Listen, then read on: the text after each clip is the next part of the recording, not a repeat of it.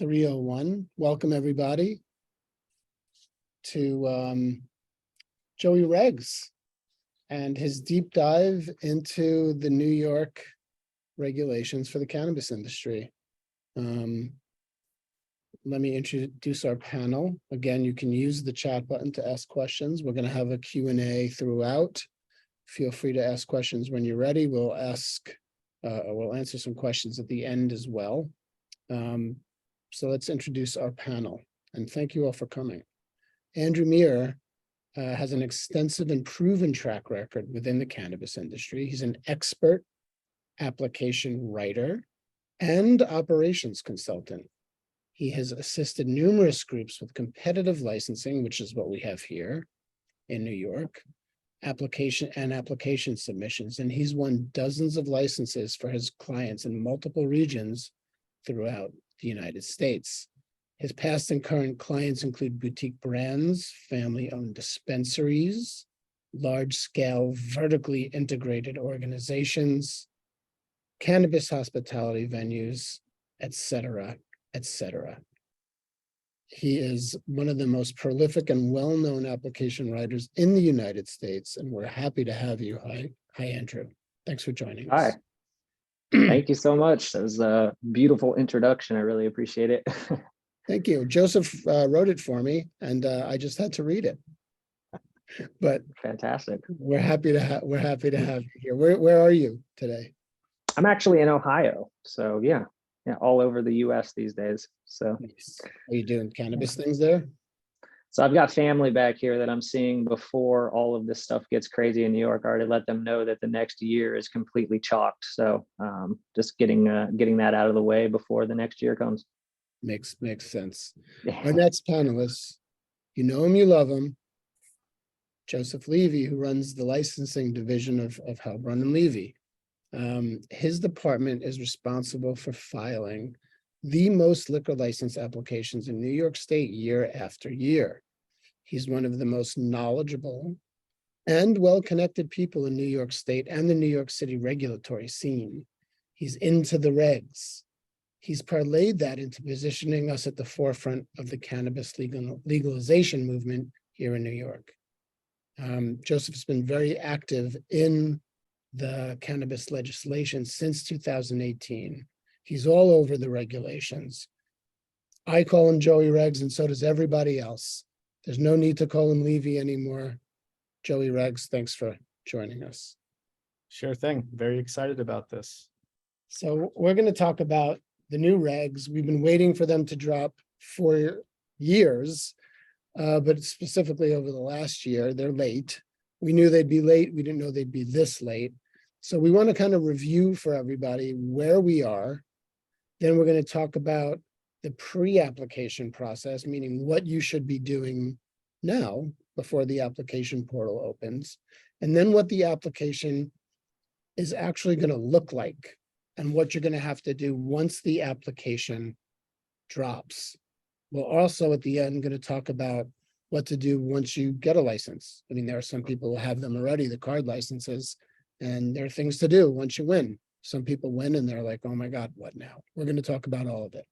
Let's dive in. Joseph, Joey, what is legal in New York right now? What can we do today? And make it snappy, because most people here know what we can do.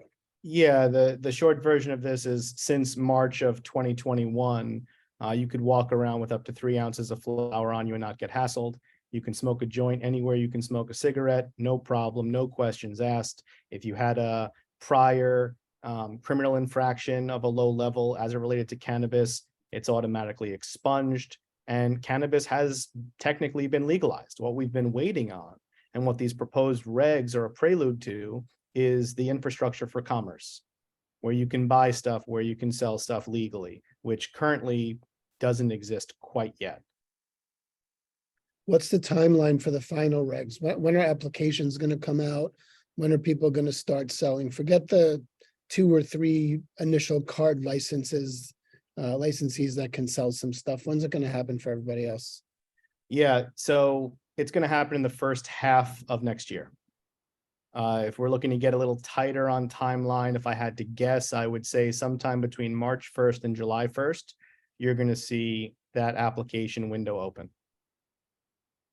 And when you say that application window, what does that mean? So the state, as many states do, they open their application window. The application is fileable by way of an online platform in most states. And that's what we saw in New York with the card licenses, for instance. So I anticipate an online platform for the traditional licenses as well. And what'll happen is there'll be a window. It'll start on a certain date and it'll close on a certain date. And you can log in, create a unique ID for yourself, and upload documentation and complete an application at some point during that window. Now that application window can't and won't open until not only do we have proposed regs, but there's been a public comment period, maybe two, and then final regs are published. So what is the longest it can take and what is the shortest before we see that portal open? Yeah, I think the longest it'll take, barring lawsuits or something preventing the process from moving forward, is going to be July 1st. And I think the shortest, assuming we have a truncated or no second public comment period, could be March 1st. Do we know how many licenses are going to be issued? And do we know if there's going to be caps on licenses? It's always been a big question. Good question. So as of right now, the state is taking the position that there is not going to be a cap on licenses. However, that doesn't mean that anyone who applies is going to get one.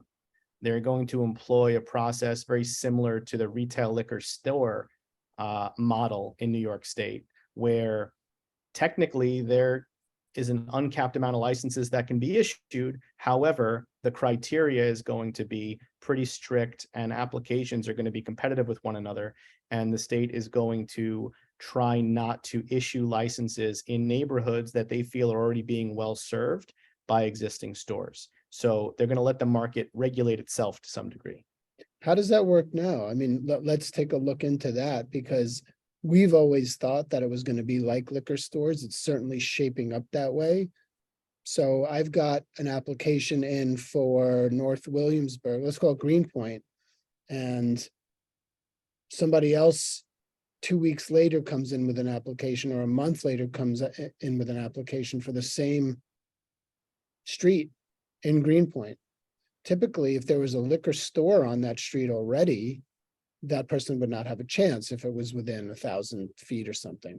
How do you think it's going to work? Yeah, it's a good question, and it's going to be very similar.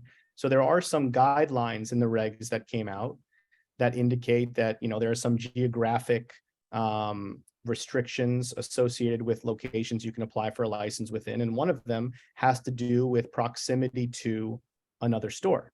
Now, while there are guidelines that say that you're not going to be able to be within 1,000-foot radius of an existing store, if the population is 20,000 people or more in that specific municipality, they do also give themselves the flexibility to override that should public benefit warrant it. So this is exactly the model that they use with liquor stores in New York. So that's going to put the onus on us as applicants, or as lawyers and consultants working with applicants, to cobble together an argument that makes sense to show that this particular neighborhood could use a store like ours, either because it's different than what exists already, or that the population density and the foot traffic and whatever else would warrant the addition of a store. Do you think this is going to create a race to scoop up dispensaries in certain neighborhoods? And are the people who apply first going to, in fact, have the best shot? Absolutely. One of the other fun things that came out recently is that New York, which different than what they did for the card licenses, where they had a stated application window and they didn't review any applications until the window closed, and they reviewed all applications together. With these applications that are coming out next year, or the licenses rather that are coming out next year, the applications are going to be reviewed on a rolling basis, which actually puts the people who apply first in better position. Because if I apply for a license in Greenpoint and I get approved, by the time Andrew applies a month after me, there'll already be a store there that would obstruct his ability to go there also. So there is a first mover's advantage now that there's rolling review of these applications. And let's talk about first movers, Andrew. Because you've done so many applications in so many jurisdictions, and you've seen timelines, and none of this is new to you, when do you advise people beginning the application process? How much lead time do you need before the application window opens? And then after you talk about the time, what do you need to do? What should we be doing now? So in my experience so far, I have seen everything from folks starting out a year in advance to coming to me for services to have an entire application put together in 14 days. Now, as you can imagine, the one that had taken more time to prepare what they needed scored better and will ultimately have a higher chance of winning in a merit-based system. So for New York specifically, I think the sweet spot right now is starting anywhere from 3 to 6 months. Now, some of the people watching might have already started their process, might have already gone down that road already. I think right now, 3 months, you're going to need at least to get everything you need around for the application process in this pre-application phase. And, during this application phase, you should be looking at corporate hygiene. So, filing your LLC, getting all of your corporate structure together, building your team, deeply studying these regulations to make sure that you're on point with what you know and what your team knows, hiring lawyers or hiring consultants that know the industry well to give you a better chance of winning when the application does come out. Raising capital is another big part of the pre-application process. Locating what jurisdiction you want your retail establishment or cultivation, whatever license type you choose to be in, and the real estate that comes along with that. Real estate usually is a major component to all of these applications, right? So if you don't have a space to put it in that is competitive, even if you win a license, you're going to be at a major disadvantage. So, planning and trademarking a brand is something you can do very early as well too throughout this process. So there's a lot to get done in the pre-application phase leading up to the application itself. So the earlier, the better. I think a lot of people struggle with understanding when they should do things because they don't have a license yet. So understandably, our clients don't want to shell out a bunch of money before they know if they're going to win. What is absolutely essential to do, Joseph, from your perspective right now? So I think the real important thing is to get out of the way as early as possible that we don't necessarily need the regs for are to start looking for real estate, to get your finances in order or know where your financing is coming from, start raising money, and to identify your team. Not only, and by team, I mean not only your partners, who's going to be an owner in the company with you, but who that next round of teammates are going to be that are going to be incredibly important. And those are going to be your operators. Many people who are looking to get involved in New York because of the way the regs are, because of the philosophy behind the way they're setting up this marketplace, are born and bred New Yorkers who don't have prior cannabis experience. So making sure that those folks are surrounded by the right cannabis talent is going to be crucially important. What do you mean by talent? I keep hearing talent and team. Who do people need to be identifying right now? So, depending on what type of license you're looking to pursue, there are a couple of key roles that you can identify that you need to start talking to people about filling for your company. Now, if you're going to be a dispensary, the list of individuals is different than if you're going to start a cultivation, if you're going to start a processing company, if you're going to start a distribution company. So every license is going to carry with it a couple of key hires that are going to be crucially important, not only for operations that's going to happen next year, but for this initial phase where they're going to be part of your application and part of your stated team to the state. And okay, so people should start looking for people with operational experience and start interviewing them. So if they win, they've got people on board. Is that what you're saying? Potentially, but everyone out there, says that they're an expert in something. So you really have to be sure when you're doing this. And this is something that's a big part of what we're doing for people is we're helping to go out there and vet the talent.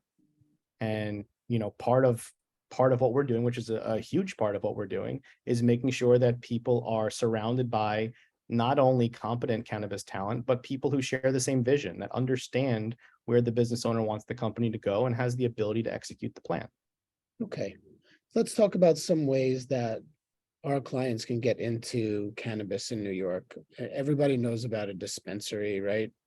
It's like a store, you're selling cannabis out of your store. What other ways? We've been taking calls, so many calls every day. What are people talking about? What are they interested in? So there are basically three avenues that I see for people to get involved in cannabis in New York, or really anywhere for that matter. One avenue, which is probably the most obvious, is to pursue a license. Pursue a license type, whether you want to be on the retail side or the wholesale side. There are a lot of different license classes and a lot of tiers of those classes that have come out in these regs, and I'm sure we'll talk about them in a bit. But aside from pursuing a license, which, you know, it could be cost prohibitive for some people and takes a lot of time, and there's some risk too, there are some other ways that people can get involved. One is by becoming a third-party provider. You don't have to actually touch the flower to be in the cannabis space. There are people across the country who are developing really interesting security software, seed tracking software, interesting containers to display cannabis in, things like that. And that's a way that doesn't require any licensing. It just requires some branding, a good idea, and finding a hole in the marketplace where you can insert a unique business. Can you Another way. Talk about white labeling a little bit. Yeah. We've had a lot of our clients, because so many of them are, I mean, all of them are in the hospitality industry, and they like CPG and they like branding. How do we get into that? Yeah, that's where I was going next. And that's the licensing and branding aspect of things. And frankly, if you have designs to become a brand name in cannabis and you want to expand nationwide as quickly as possible, you don't do that by pursuing a license. Because remember, all these licenses are state specific, and you're in one state and that's that. You have to actually set up shop again in another state if you want to produce in another state, or you want to have a retail store in another state.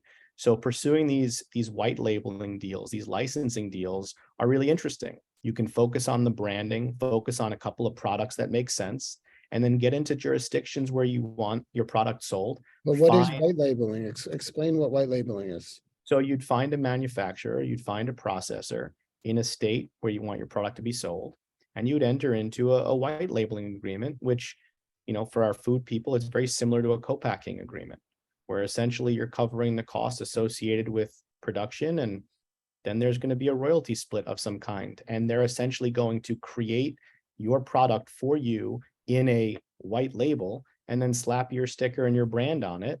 And then it can be, you know, distributed via a distributor to retailers within your state. So if you have a suite of products that you think is really interesting, and you have an idea and you have some snappy branding, you might be able to get into a number of different states very quickly and pretty cost effectively, as opposed to, you know, pursuing your own license and trying to create your own products that way. So you just need an idea of a product and a brand. Then you need to find somebody who can make what you want.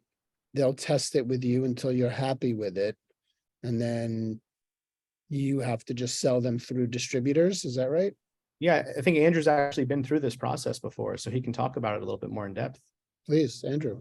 Yeah, so essentially you get your white labeling agreement, and then you go with the client and figure out exactly what they want. I mean, white labeling can mean anything from a product suite that's already available that you're just slapping a new label on, and then you could go as far as private labeling or creating a brand new product for a client that needs it distributed. So in this case, in New York, you would go to one of those processors, and then they would distribute it underneath their established supply chain to the dispensaries that they know. So a lot of very well-known brands in the space are using this technique to get into a lot of dispensaries very quickly. You can cover a lot of ground quickly, like Joseph said, without needing to have any licenses or go through a merit-based or even a lottery-based process sometimes, where you're not guaranteed to get a license. And this is a way that you can get into a lot of spaces quickly and have tested, clean product from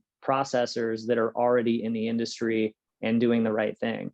So it's very good for folks that don't have any cannabis industry experience and you have an idea for a brand, or you really like cannabis and want to share that with the world without needing to go through this heavy licensing process up front. So That's worth the price of admission as far as I'm concerned. So you can sell cannabis without a license. And not only that, but you can sell it in a lot of places.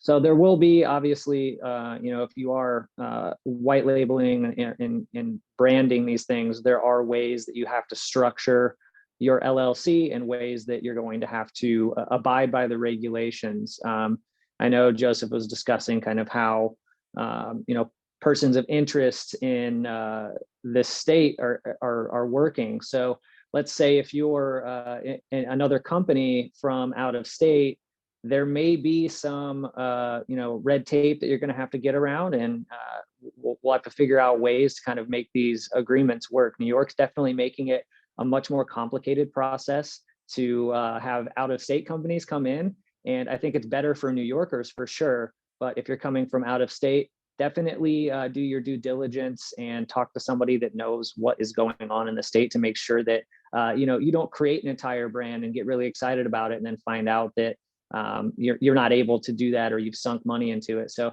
I think consulting with someone is a much cheaper option first to make sure that you can move forward with something like that initially. That makes a lot of sense. Let's start getting into some other things that you should be doing, and then we're going to jump right into the regs and the application. A lot of people want to know about how much money they need to raise and when they should start raising the money. So Joseph, can you take us through when one should think about securing financing, and then in what stages and how much generally? I know it depends on the type of license, but give us ballparks. Sure. I'll talk about timeline and structure, and Andrew can provide some color on how much you'll need to raise roughly for each class of license. And again, there's a number of licenses out there in the regs. We're going to keep this conversation to just the more popular ones, or else we'll be here all day. So in terms of a fundraising strategy, there's really two schools of thought. One is to go out and raise all the money that you need right away, so you have it in the bank and you can move forward and have all your ducks in a row. And that's certainly the ideal way to go, but that's not always possible for people. And depending on the project and how much money you're looking to raise, another popular strategy that we're seeing is people raising just enough money to get a good quality application filed. And then there'll be a second round if they find out that they've won. And that second round is being done at a very different valuation to the one you'd have to do up front, because now you've de-risked this for investors. So instead of investors having to, pay up for that risk and get the upside of a bigger piece of the pie, you've de-risked it for them. So now that same amount of money is going to get them a much smaller slice of your company. Andrew, you want to talk about the different, and again, these are all guidelines. You could, depending on everyone's specific scenario, you could do these for super cheap or super expensive, but Andrew will give you some good guidelines based on license type. Yeah, I want to preface this by exactly what Joseph's saying. These are just very, very rough estimates on dispensaries. I've seen people open them for very low amounts of money, and I've seen people go crazy. And a lot of it comes down to the license type itself, the size, the complexity, and the overall fit and finish. Now, if you're running a 1,000 square foot micro dispensary versus a 5,000 square foot large retail storefront, it's going to cost two completely different amounts of money. So generally speaking, for a dispensary, especially in New York, you're probably going to be looking at 1 to 1.5 million to get something like that up and operational. For a manufacturing facility, anywhere from 2 to 5 million. Grows can be anywhere from 2 to 10 million, depending on the complexity. And I know those are wide ranges, but it is a very, very complex topic. And you could literally have an entire webinar on just financing and coming up with the capital. The one thing I will say though, is when you're deciding, how much to spend on all of this and you're coming up with your pro formas with your team and figuring out all the financing, you need to be very clear about where all of the money is going and where it's going to be spent. And if those don't match up after the fact, after you're awarded a license, the state will not take kindly to that. So make sure that, what you're raising, what you're spending, it all matches up, and it isn't just for show on an application. Make sure that you actually have that money in the bank. Make sure that you have actually raised that. I've seen applications where, folks are trying to say that they're going to build this $30 million state-of-the-art cultivation center, and they've only raised $2 million. And, that doesn't quite mesh with what they're telling the state, and you can lose your license for that. So be very clear with your intentions early on. Joseph, someone has asked Mr. Adele, would an escrow work to hold the money prior to licensing? So I guess what he's saying is, can you get the first part and then access the escrow money if you actually get the license that triggers the release of the escrow? Yeah, absolutely. That's a popular way to do it. That's what I like personally as a way to do this, because that's a way to give investors peace of mind that that money is going to be protected and not used unless and until you actually win the license. So it's a good way of protecting yourself and your investors. And one of our clients asked Sam, like so many people do, can I get a license if I already hold a retail liquor store license? Absolutely. I actually believe that holding a retail liquor store license makes you a good candidate to get a retail dispensary license. You obviously just can't sell both products in the same facility. I'm gonna ask one more question, and then we are gonna start getting into the application itself. This is a question. I've heard from several people, the state of Massachusetts has granted too many dispensary licenses, and now there's retail saturation. If this is the case in New York State, cannabis dispensary will be reduced to a liquor store. I know you mentioned there won't be a limit on licenses, but can you comment on the probability of this happening and cheapening the market? It's a good question. And yes, I do believe it would cheapen the market if they issue too many. And that's why there are these guidelines in place to prevent them from doing that. So you can't be within 200 feet of a church. You can't be within 500 feet of a school. You can't be within 500 feet of a community facility, which is any facility like a YMCA, a local park, a pool, anything that offers after school activities or anything for children or adolescents. And you now have this other guideline of not being within 1,000 feet of another store if it's 20,000 or more population, or within 2,000 feet of a store if it's less than 20,000 people. And this is all on top of the fact that you need to find a retail location that's either owned debt-free or has non-traditional debt. So it's going to be challenging to find a location that works, and to find multiple locations on the same block or on the same street is going to be even more challenging. So I think the point is valid that, of course, if they issue too many, we're going to have a saturation issue and it'll cheapen the value of the stores. But there are so many hurdles to jump over here.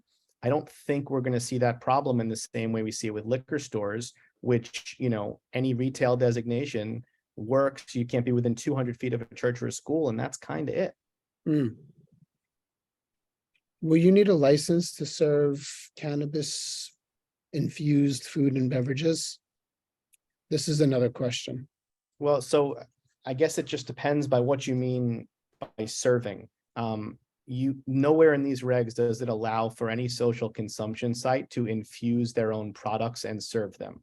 Now, the on-site consumption portion of the regs did not come out with the rest of these regs. They're going to be coming out in the future along with the proper delivery regs. However, what's very clear is that the second you infuse a food or drink item, you become a wholesaler.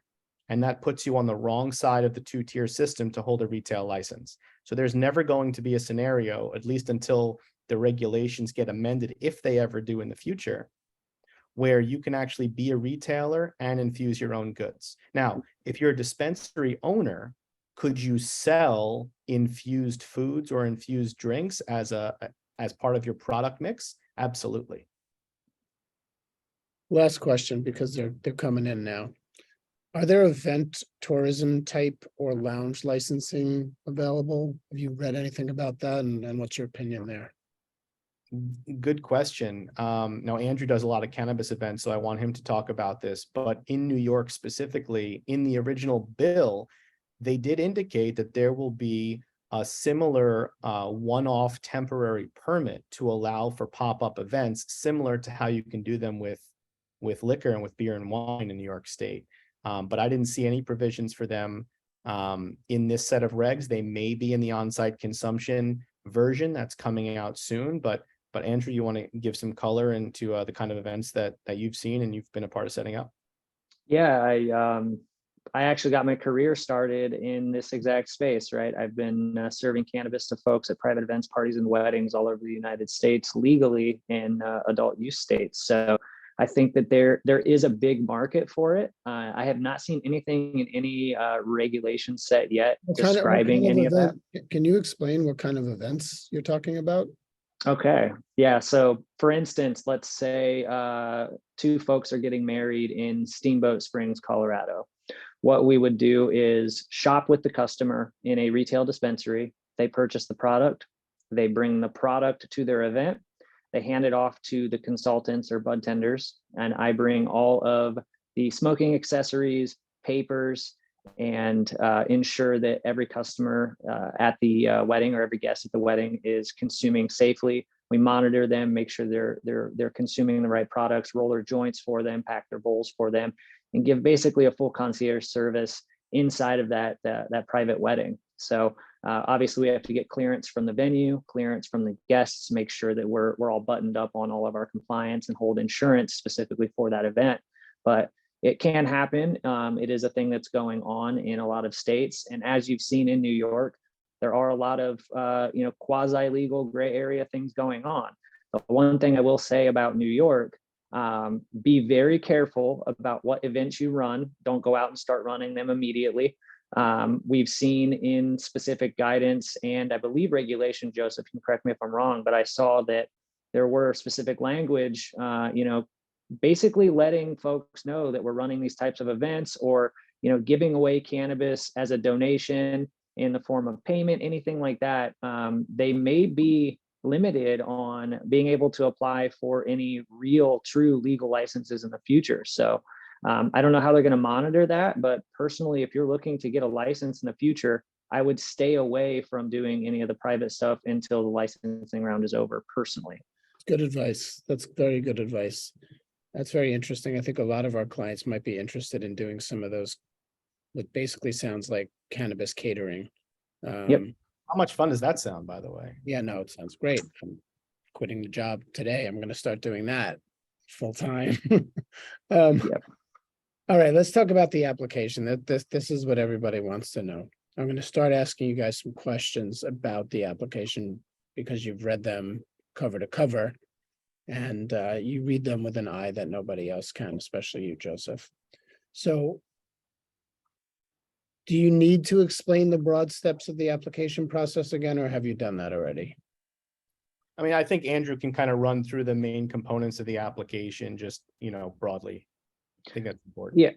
Yeah, generally and broadly with applications and this application process, obviously we've talked about team building, site planning, zoning. So making sure that your location is zoned properly, making sure that your team is equipped with not only the knowledge, but the ability to be on the license, right? In some cases, there are states that don't allow certain felonies to be on the licenses or the license applications that you're doing. And in this case too, you want to make sure that whomever you're bringing onto your team, they don't have a criminal past that you don't know about. So looking into those things, the suitability checks just in general from the state, they're going to look into things like financing, making sure that those finances line up. The standard operating procedures, which is another very large piece of the puzzle that people don't tend to think about needing. There's a major difference between going on a website, downloading a few templates and having a very basic understanding of how our dispensary is ran. But when you're dealing with a product that can't be banked properly and needs to be tracked from seed to sale, at every touch point from beginning to end, and all the inventory systems that need to come into play with that.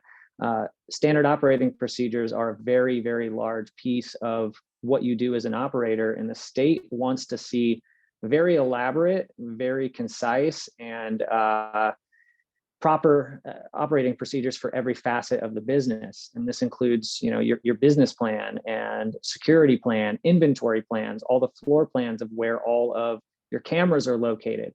So this process is so much more elaborate than most people understand. Now, normally, if you're getting a business license for even a restaurant, we have so many more regulations we have to follow. Food regulations are one thing, but cannabis regulations, they ratchet it up to the 10th degree on all of this. So during this application process, the state is going to be asking for all of these types of documents that you need to have gathered and buttoned up before submission. What are those items that you talked about? Are those the big items that separate strong applications from weak ones? What are examiners looking for before we start talking about the applications some more? What are they're sitting at a table, they've got all these applications, and it's a competitive process. They have to say yes to some and no to others. What are they looking at when they're reviewing these things? What are the things that go the furthest with them? How do you score the most points? So we may not know what the scorecard is. You may never even see a scorecard. I know that one of the lawsuits basically forced the state to hand over a scorecard for the card application. So I believe you can look that up online, and they actually had a breakdown of kind of what they were grading. So each time a state does this, if it's a merit-based system like New York will be, they break it down, per section, right? So for a security plan, for instance, which is usually the largest section with the most points in a merit-based system, they want to ensure that the public is being helped properly and safely. And since this is an all-cash business, these dispensaries or cultivations, whatever business license type that you have, it is an easier target for theft and crime. So states look at that as, having a security plan and a proper security plan as being one of the major components. Inventory plan, also a very large component. They'll ask you for a staffing plan as well. They want to know every individual at every position, and each dispensary in New York specifically will need a point of contact, or Joseph, what was it that they were specifically calling that point of contact? Yeah, you need essentially a manager. You need a responsible person to be in control of the location. And I think, look, to Andrew's point, every one of these sections, whether it's the individual, the location, the SOPs, the finances, the security, obviously there are going to be levels to those things, right? And there's a spectrum, and there's a way to score more points, and there's a way to just check a box. And in a competitive landscape like this is going to be in New York, we need to put out something that's going to be the highest score in every section to have a shot because of how competitive it's going to be. But before we even look into that, we need to take a look at the rationale behind how we got here. And I think that will instruct how we can get more points out of every section, how we can create a narrative that can win. You think about how we got here, right? The state is very much behind a social equity program. They believe in providing social equity opportunities. They believe in creating programs that will give back to certain communities and certain groups of people that have been unfairly targeted by the war on drugs. And prevalent throughout the regs was this concept of, doesn't matter who you are, whether you're a social equity applicant or not, we want to see that you have some sort of neighborhood give back plan. We want to see that you are going to do something to support these communities, to give back to these communities, to involve them in some way, whether it's a mentorship program where you're going to hire locally, or whether it's a neighborhood give back where a percentage of proceeds are going to go back to certain neighborhood programming. So that is, fundamentally a huge part of this whole regulatory package. So I think anyone who's looking to really score a maximum number of points here is going to really hit those notes tremendously. The other aspect of this too is New York is very, very late. They are behind. They are rushing and trying to push this stuff out last minute, and they are basically building the airplane while it's in the air. and anything we can do to show the regulatory agency that we have built a team that can actually execute the plan and give them confidence that we have what it takes to win, I think will also go a long way. So it's not just having money, it's not just having a location that qualifies, it's presenting a team of people that objectively an examiner can believe have the chops to execute this plan, and that when the plan is executed, not only is it going to be profitable and successful, but there's going to be a good story attached to it, and it's going to do some good.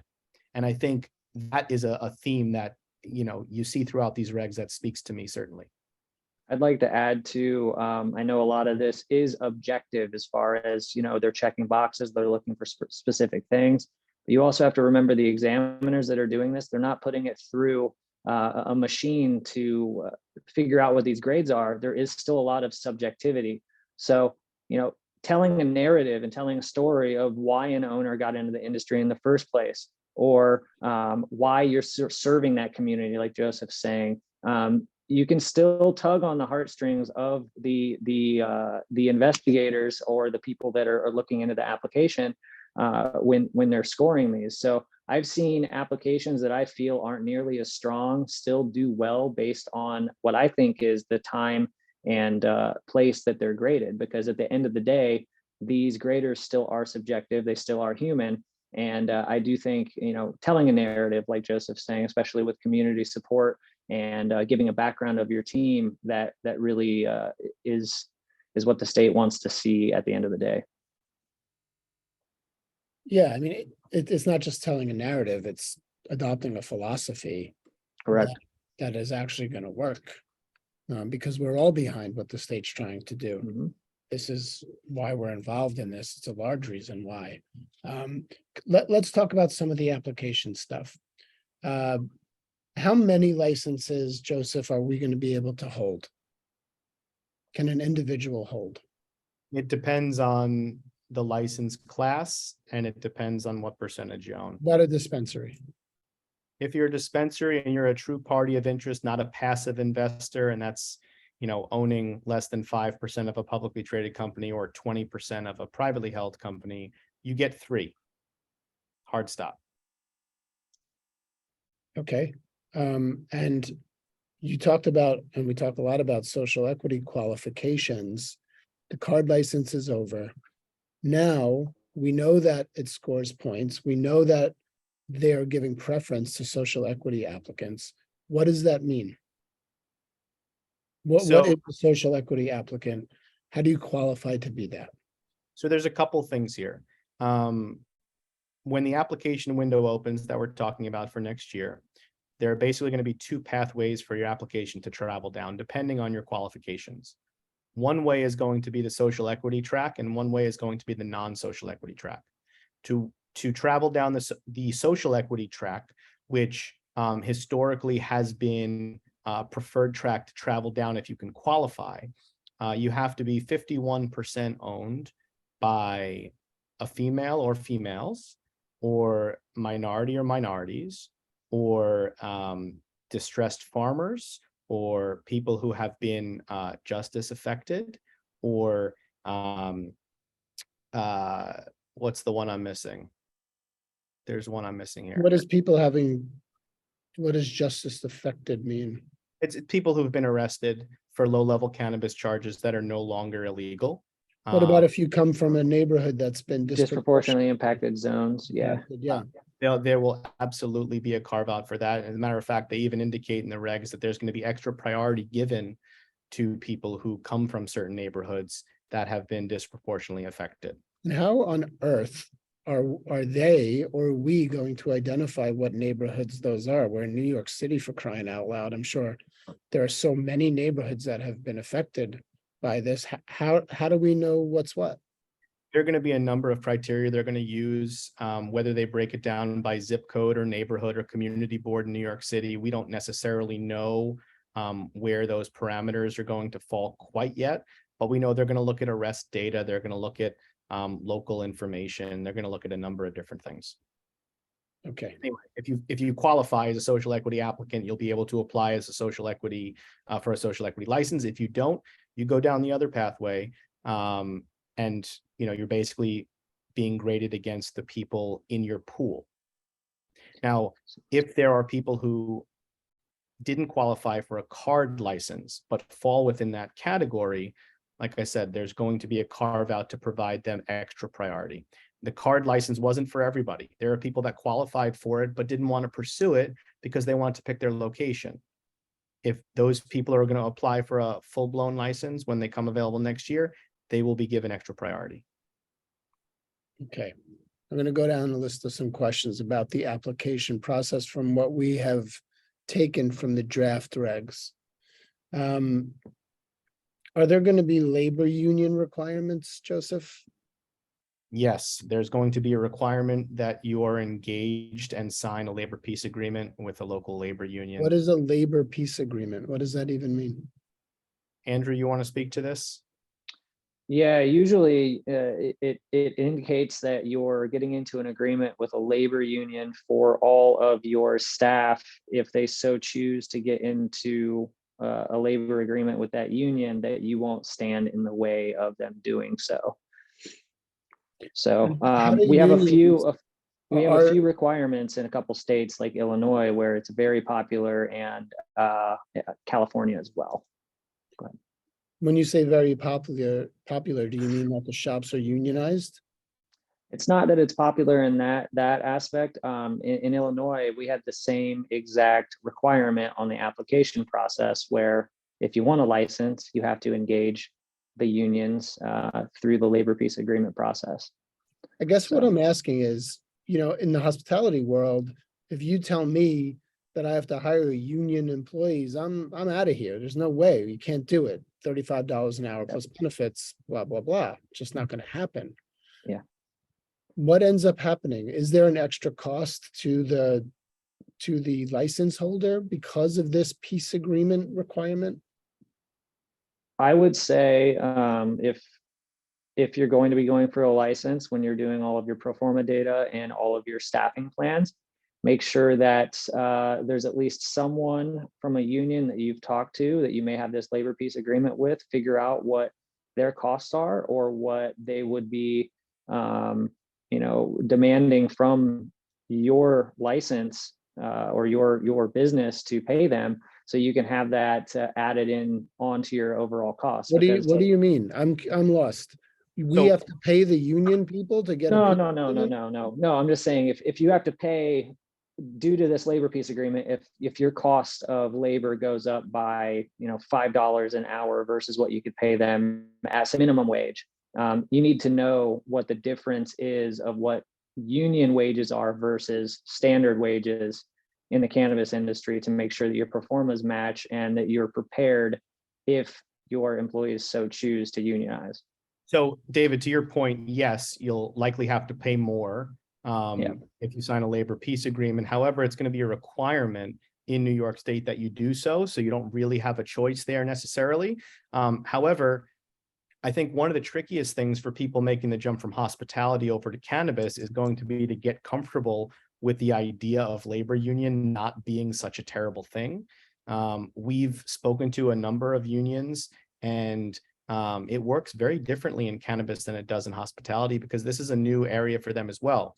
So oftentimes you are paying a little bit more for the labor. However, the labor union's now responsible for training your staff. They can provide them better deals and better rates for health insurance. And there are a lot of benefits to working with one of the labor unions that's familiar with cannabis. So it's not quite as bad of a situation as it traditionally is in hospitality. Okay. And it's relatively a new situation in the industry as a whole. So we're still working through a lot of that. And as Joseph's saying, it hasn't been terrible so far from what I've seen.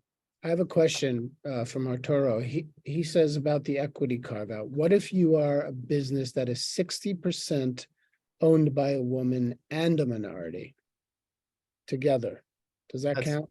That's fine. You just need to have 51% checking boxes where they need to be checked to qualify. Now, the other interesting thing that came out in these regs is a concept that they brought over from the card license application, which is that not only do you need to hit that 51% threshold, but you also have to be what they're calling a sole control principle. So it's not enough to just own 51% of a company as a social equity applicant. You also need to be the responsible party for making decisions for the business.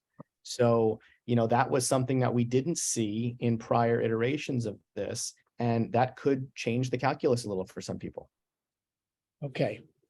Let's get into a little bit of the more nitty gritty of the application. These are questions that people have asked us over the last couple of months. How much money do I need to show in all bank statements at the application submission? Well, you certainly need to be able to cover the nut of whatever you're saying this project is going to cost you. And you can never have too much. Okay. And can I provide proof of fund statements as a means of cash availability for this project? What must these look like, Andrew? Usually proof of funds would come in the form of certified bank letters or tax returns, usually. Those are the main ways that they can prove those. And if you're looking at like liquid cash on hand, those have to come directly from the bank in a certified format for the state to take in. What if I don't have any cannabis experience? Can I still apply for a license, Joseph? Absolutely. But again, like we talked about earlier, it's going to be so key to tell that story that you're going to be able to execute this plan. And to do that, you have to be surrounded by the right cannabis talent. What are the rules for location selection? So we touched on this a little bit earlier. Number one, the location has to be owned outright by the landlord, or they have to have some non-traditional form of debt on the property. People who have traditional Citibank, Chase, Wells Fargo mortgages, they're not going to be allowed to have you as tenants, because when you start paying rent, you're going to put them in violation of their mortgage agreement. Additionally, you can't be within 200 feet of a church or any other, place of worship. You can't be within 500 feet of a school. And it's not a hard and fast rule, but local municipalities will be able to make it one should they want to prevent you from being within 500 feet of what they're calling a community facility, which is a local pool, a YMCA, after school learning, children's programming, daycare. It's pretty broad, but again, there's not a prohibition straight away on that. It's up to the local municipality. They can pass an ordinance to create that 500-foot prohibition, or if they don't, then you're allowed to be there. So if you find a space you like, you really got to vet it for all these different things. Correct. And beyond that, I'll go a step further. They're allegedly going to issue 150 card licenses when all is said and done. So if you're looking at neighborhoods, once they start disclosing the actual locations of these card licenses, make sure there's not one near where you're looking to go, because I've got a funny feeling the state's not going to be too keen on putting one of these full licenses on the same block as one of their card licenses that they're trying to protect. Let's talk about community board approval. We have experienced that, and we do every day with our retail restaurants and not liquor stores, but restaurants and bars. And the process is unpleasant at best. What do you expect from community boards? What are they going to be asking us? Are we going to have to run and go through the gauntlet like we do with liquor applications with every single local community board? It's a really good question. And the answer is that the community boards are going to play a role. However, at least at this initial moment, it appears that it's going to be a greatly diminished role than the one they currently play in the liquor space. In liquor, they really have the ability to bully you around a little bit. And there's some legislation out there that empowers them to restrict your operation almost to the point where it doesn't make sense to even continue.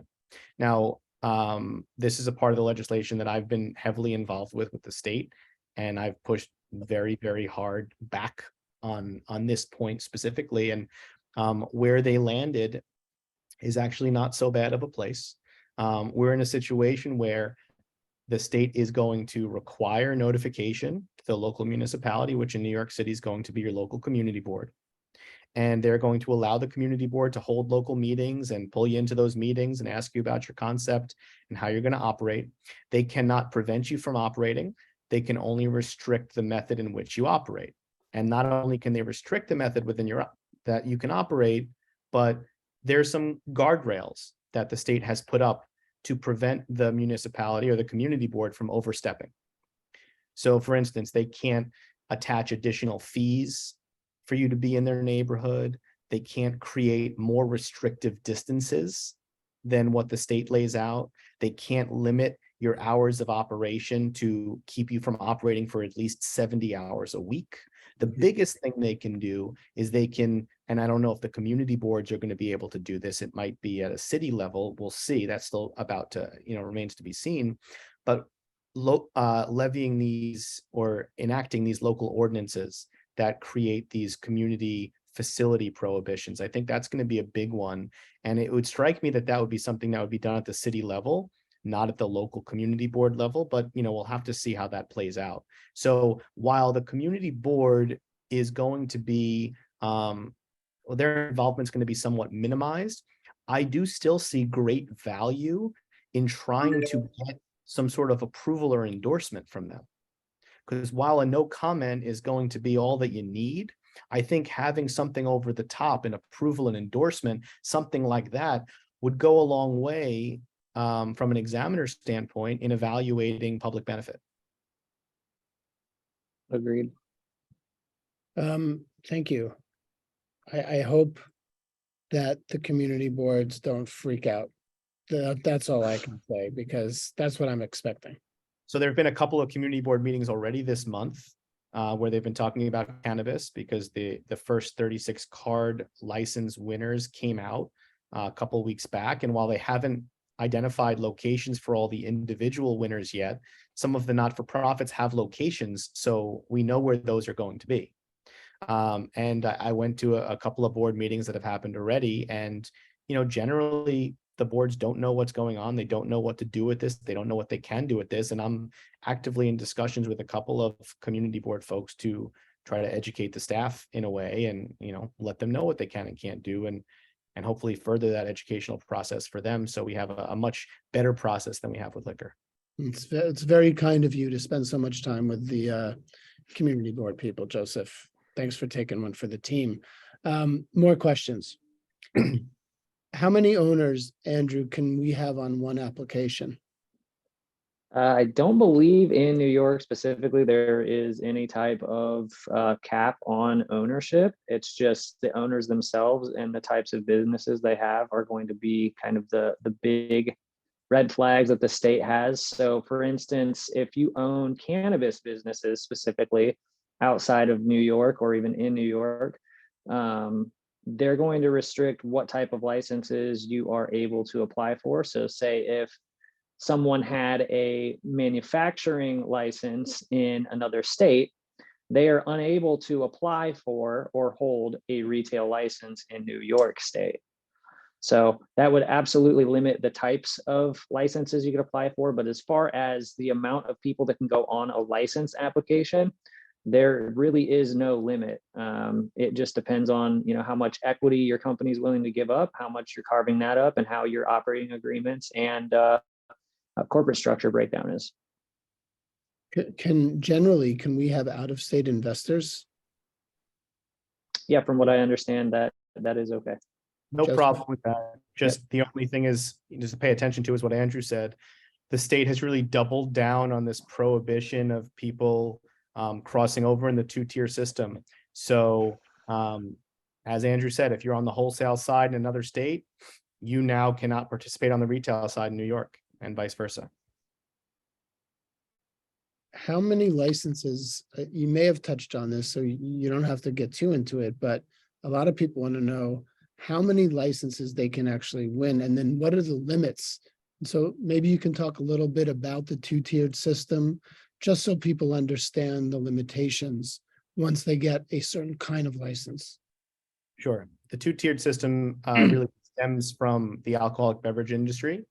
And it was a system that was put in place post-prohibition. So, I don't know, 100 years ago, more or less. And actually, I think yesterday or 2 days ago was the anniversary of the end of prohibition. But anyway, the rules were put in place to prevent people on the wholesale side from taking over the retail side. So, for instance, if you were a liquor manufacturer, you owned a distillery and you owned a bar, you'd clearly only sell your own liquor in the bar. And in the interest of creating an environment that fostered competition and having a level playing field for entrepreneurs and new people getting into the space, they created what they call tied house rules, which prevent people on the wholesale side from playing in retail and vice versa. And it's a way to just keep people honest and create more opportunity. So in cannabis, in some states, we see full vertical integration, where people can own the whole supply chain and then retail their own goods. The concern in New York was if we allowed vertical integration, a lot of the multi-state operators would come in and take all the opportunity and not really leave any for the mom and pop entrepreneurs that are in state that are looking to get started. Mm-hmm. So in an effort to boost competition, to boost opportunities, New York State has employed a pretty strict two-tier system. So you can be on one side or on the other, but not on both. So originally, when they were discussing the regulations and in the bill, they talked about not crossing over tiers inside of New York State. What we see in these regs is now you can't cross tiers anywhere. So you have to decide which side you want to be on, and that's where you go. So Joseph, what would happen if somebody owned a full vertical right now in, say, Illinois? If you owned a craft grow license and you owned a dispensary, would they even be eligible to apply in New York? They would be, no, they wouldn't. They'd pretty much be ineligible. Tied house rules. Because they're on both sides somewhere, which prevent them from participating here. Right. So that would keep a lot of the larger operators out of New York, from what I'm understanding. That's the idea. Now, there are exceptions to that rule, and those are the 10 medical licensees that have been in New York for years waiting for this moment, and they're going to have an opportunity to pay a bunch of money and be vertically integrated, adult use cannabis businesses here. And, they've paid handsomely for that right, and they will be allowed to do that. And then you have this micro business, which would allow you to do that. However, it's going to really cap your yield in a way that limits your upside. Let's talk a little bit about, in the next maybe 10 minutes, and then we'll take some questions about what happens post-license. How long, Andrew, does it typically take somebody to open a dispensary once that, let's say they have the money? Once they have the money, yay, I want a license. Oh my God, I have a space, I have a lease. How long does it take from there? If you've got all your ducks in a row, everything figured out, I would say 6 months to 1 year is a good timeline for that. Now, if you are really aggressive, you have even more money to throw at it, and you have partners that can get this thing done quick, I've seen as early as 3 to 4 months. So you can get very aggressive and get it done quickly, but generally 6 months to a year usually. And a lot of states are requiring that you actually have it done in a certain amount of time. So during this regulatory process, New York may put some guardrails on how long the process can take, and force you to be up and operational by a certain time. I mean, they don't want people just sitting on licenses and not opening. So they might say you got to open within a year, and then you can probably get an extension like we do with liquor licenses, right, Joseph? Yep, correct. And look, to Andrew's point, if you want to be even more aggressive, or you have a landlord who's doing the build out for you, you can actually start this process while your application's still in process. And that's obviously a risk that you're taking, because there's always a chance you don't get it. But the upside is the day you get it, you can turn this thing on immediately. So that would be pretty exciting. It'll be a little risk reward. And that's sort of what's happening with the card licenses, where the state is, kind of initiating that conversation with the designers and builders to get these things built. And then you, as a card licensee, find out you won, you get your assignment, and boom, you have a place that's already been vetted and designed and is in the process of being built out. That would be ideal. Where do retail dispensaries get their product, Joseph? Well, retail dispensaries have to get their product from licensed distributors in New York State, just like with liquor. And we don't know how many of them there are going to be or how that's going to work. No, we don't know how many of them there are going to be. We also know that there are going to be some processors that are going to be able to distribute their own product. There are going to be micro businesses that are going to be able to distribute their own product. So there are going to be a lot of players out there and a lot of sources. What about the social consumption spaces? Our clients are always interested to understand how they can serve clients. Everybody wants to be able to open up a cannabis cafe. I went to the one in West Hollywood and thought it was one of the best experiences of my life and certainly the future. What does the future look like in New York for that? It's a great question, and they're still working out a lot of the kinks, which is why we haven't even seen those initial regs yet. But it's coming. I expect it to be super tame and super lame up front, but then I do expect it to be expanded over time and to get to a place where you can really have a similar experience one day. This is right in Andrew's wheelhouse, who pretty much wrote the regs for Nevada. But I do expect there to be an evolution on the social consumption side. Andrew, what have Yeah. you seen that evolution? How has that taken form? I guess in this case, you've been to West Hollywood, and every place has their own unique set of rules and regs. But in my opinion, Nevada right now is leading the way. As Joseph said, I gave a lot of recommendation on how those regulations were shaped out there, and we're actually allowed to serve infused food and beverages at a price. So you could have a steakhouse that serves infused butters on top of your porterhouse or whatever it might be. We have such an open-ended way of serving customers out there, and you can sell cannabis in the actual environment, serve food that is infused in the actual environment, and have any type of entertainment possible, really, with those models there. And I think that took us almost 3 years to get the regulation set proper. And I think if New York piggybacks off of something like that has an established market, it could go quick, but I really think they're probably going to need a year or two to really sit down and think about how they want this to go. And as Joseph was saying earlier, the first iteration of these cannabis lounges there are going to be more like tasting rooms, right? You get to go try a product in the dispensary attached consumption lounge, because all of the consumption lounges on the initial licensing phase will need to be attached adjacent to the dispensary. So you'll be able to go into the dispensary, try a half gram or a small flight of a couple different varieties, pick what you like, and then leave with 3/8 on the retail side when you go purchase what you've liked and what you've tried in that same space. So I think it's cool for the experience, and it's better than a normal dispensary, but it's still a far cry from, I think, what New Yorkers were hoping for in having infused pizzas on every block or something like that. Joseph, are they going to allow drive-throughs or vending machines? Drive-throughs, yes. Vending machines, no. I love the drive-through model. So anyone out there who's got access to an old bank building or something like that, I think that's an absolute home run.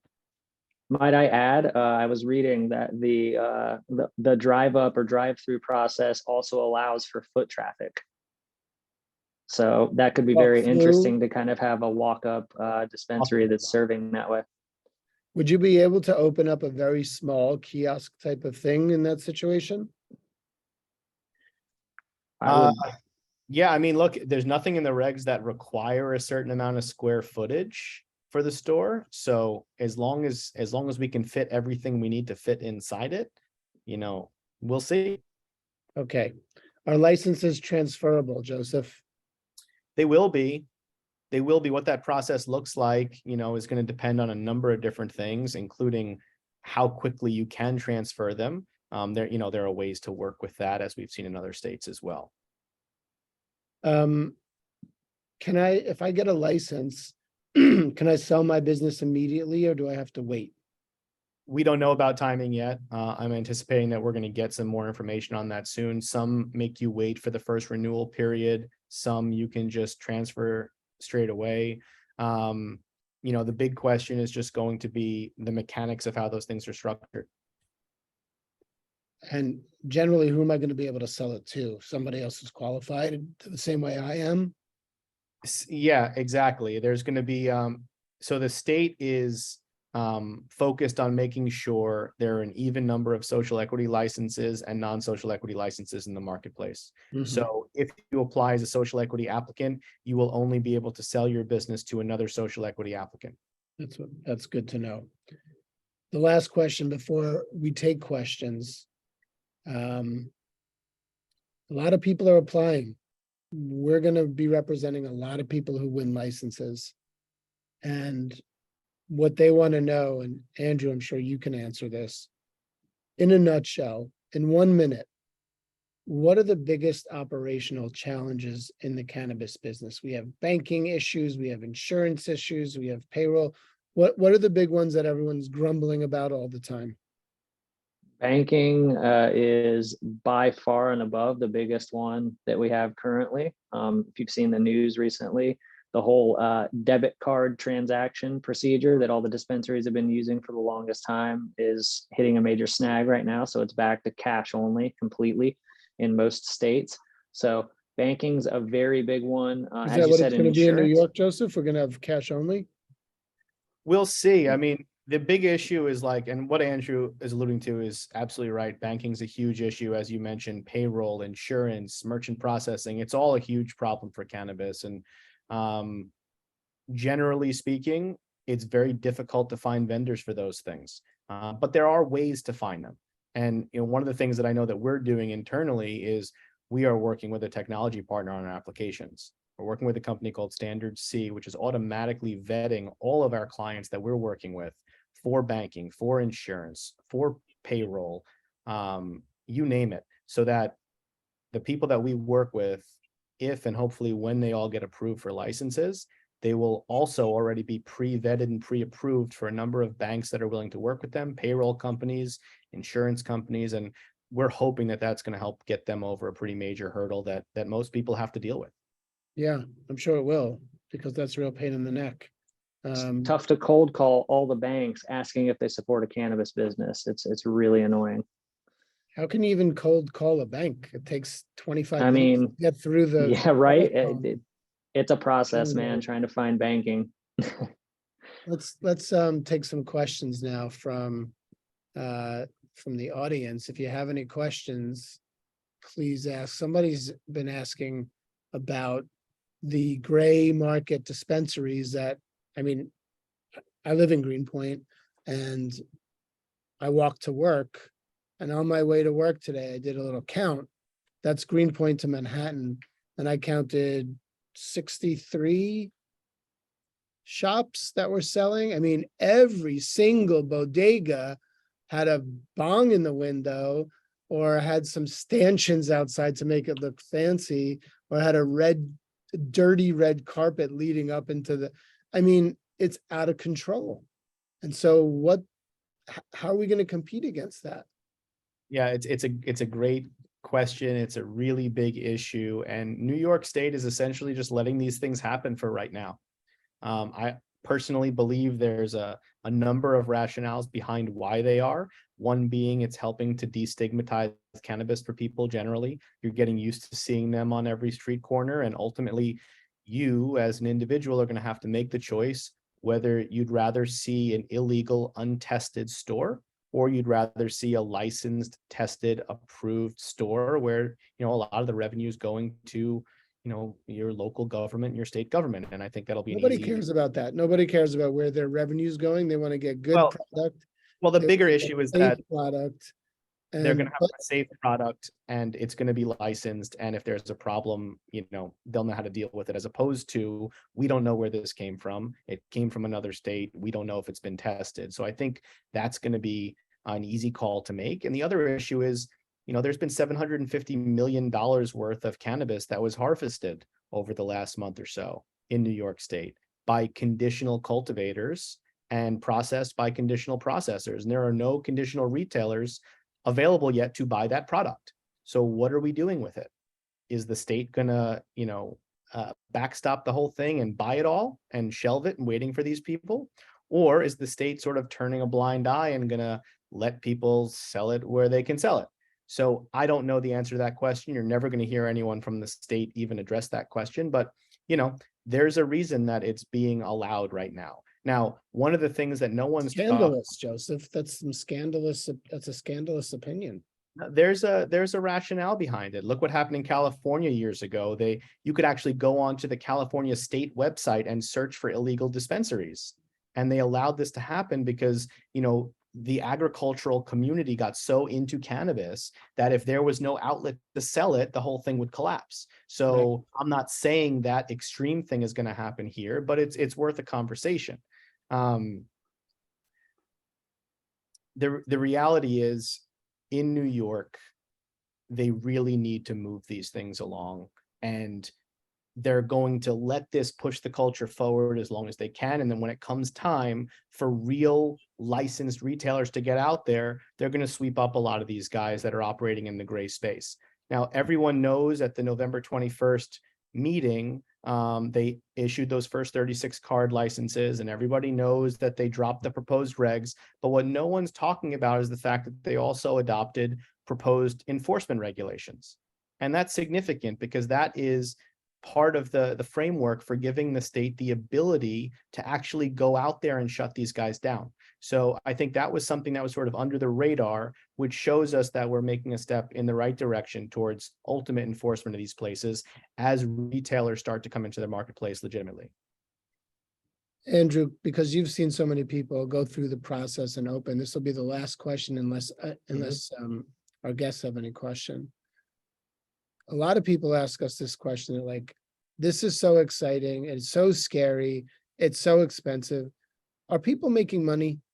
I mean, is it a good bet? What's a good bet? I mean, it's a very complex question because we've seen what's happening in California right now. It's pretty much a bloodbath in California if you're not a very large operator to be able to absorb all the cost.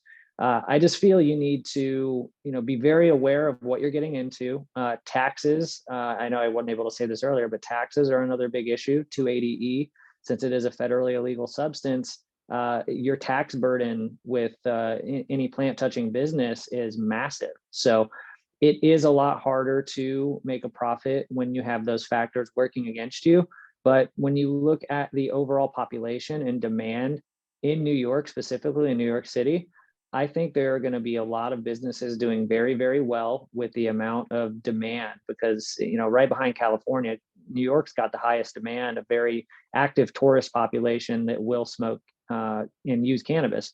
So I think that, yes, you can absolutely make money. And I would say with a caveat, the first 1 to 3 years are the most important ones that you really hit the ground running to either establish yourself as a brand or get as much profit as you can out of it. Because after the 3-year mark, we've seen in all these states, sales then start to decline a little bit and kind of start to plateau after the craze of cannabis kind of comes to an end. It can sometimes be extended to the 5-year range, but just make sure when you're starting this business, know that you want to start off fast and furious to kind of build that brand quickly and get as much as you can early on.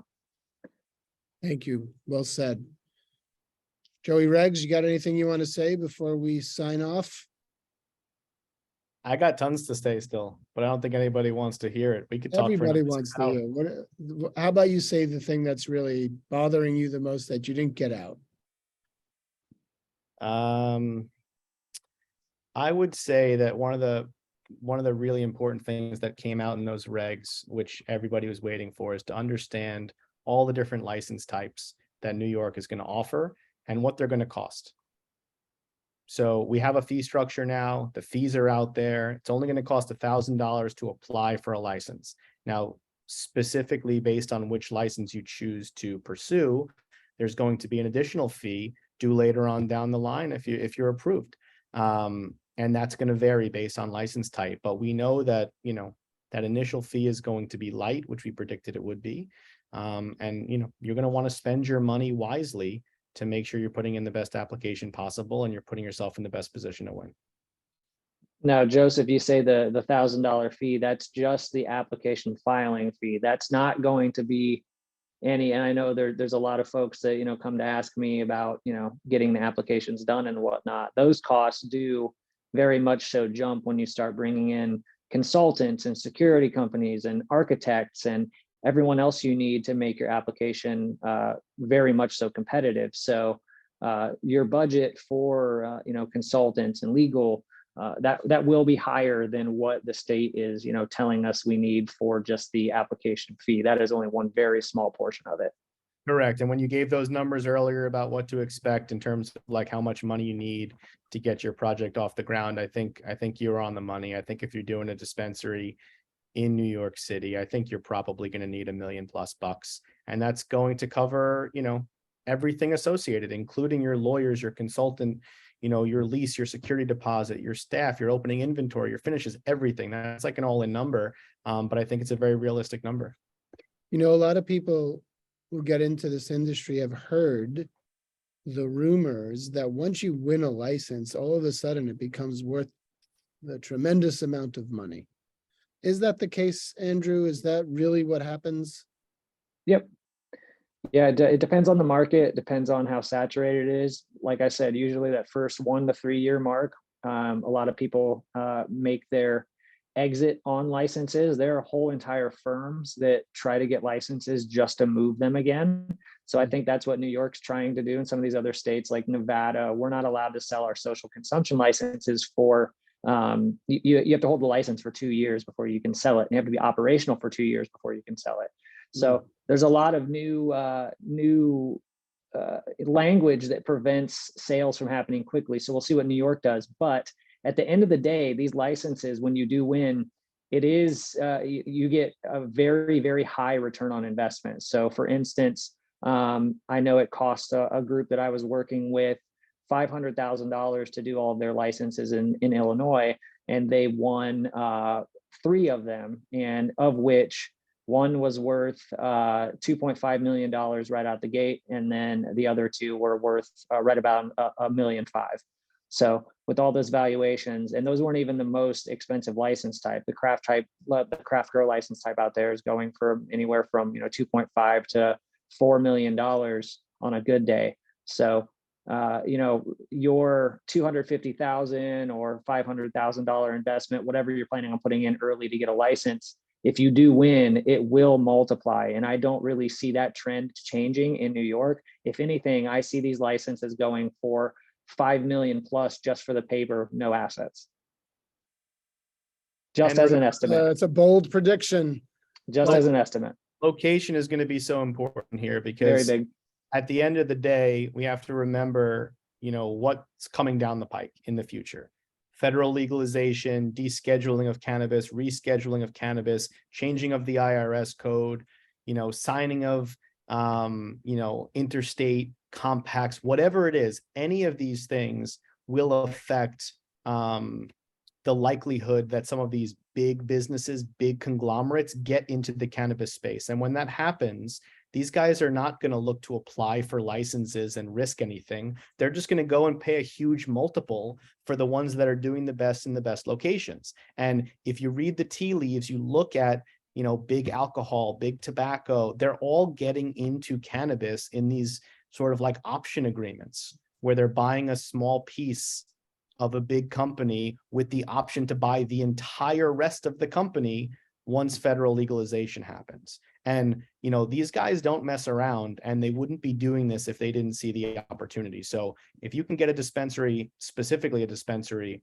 off the ground and operating in a great location and doing well, by the time that happens, I think you're setting yourself up for that big exit. It's a good note to end on. Andrew, Mir, Joey, Regs, thank you both so much. Thank you all for coming. We had a really nice audience here. We wish you all the best of luck applying for a license. You can always call us, email us with any questions. And we're going to have some more of these as things become available. When the regulations get finalized, along the way, we'll keep doing these informational webinars. So thank you all very much for coming, and have a great day. Thank you.